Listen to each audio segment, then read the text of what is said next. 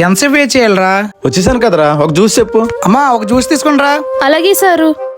ఎంతమంది డ్రా చేసుకుని తీసుకొచ్చావురా? 5 లక్షలు రా మామ. చెల్లి పెళ్లి మాత్రం చాలా గ్రాండ్ గా చెయ్యాలరా. సారు ఇదిగో తీసుకోండి.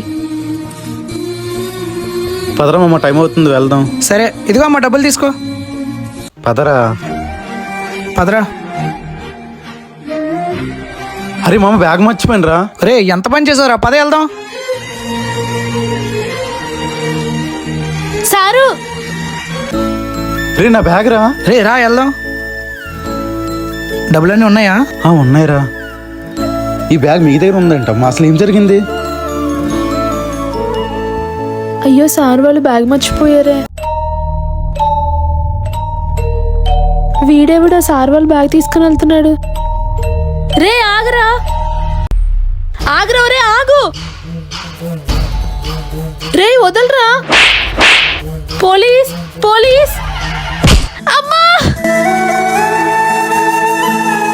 ఈ డబ్బులు తీసుకో అమ్మా. వద్దు సారు, నేను డబ్బుల కోసం ఇదంతా చేయలేదు. అలా అయితే దొంగడితోనే బేరమాడుకుంటాను కదా సారు.